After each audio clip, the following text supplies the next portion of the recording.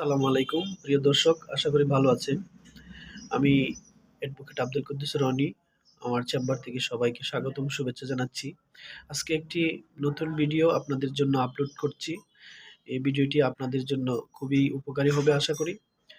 আজকের যে ভিডিওটি সেটি হচ্ছে ভূমি অপরাধ প্রতিরোধ ও প্রতিকার আইন ২০২৩। এই আইনে বলা হচ্ছে আপনার কোনো জমি যদি কেউ বেদখল করে থাকে, অর্থাৎ আপনার জমির আপনি নিজে মালিক, আপনার নামে দলিল আছে, এসএ আছে, আরএস আছে, সব কিছু আছে, কিন্তু দেখা যাচ্ছে আপনার জমিটি অন্য কেউ ভোগ দখলে আছে, জোর দখল করছে। এক্ষেত্রে আপনার করণীয় হচ্ছে আপনি সরাসরি কোনো অভিজ্ঞ আইনজীবীর মাধ্যমে কোর্টে একটি দখল পুনরুদ্ধারের মামলা করবেন, মানে ভূমি আইনে মামলা করবেন।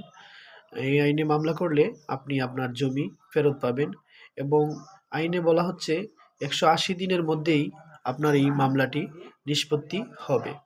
এক্ষেত্রে আপনি যে কোনো বিজ্ঞ আইনজীবীর মাধ্যমে আপনি আপনার জমি উদ্ধারের মামলা করতে পারেন। ধন্যবাদ সবাইকে।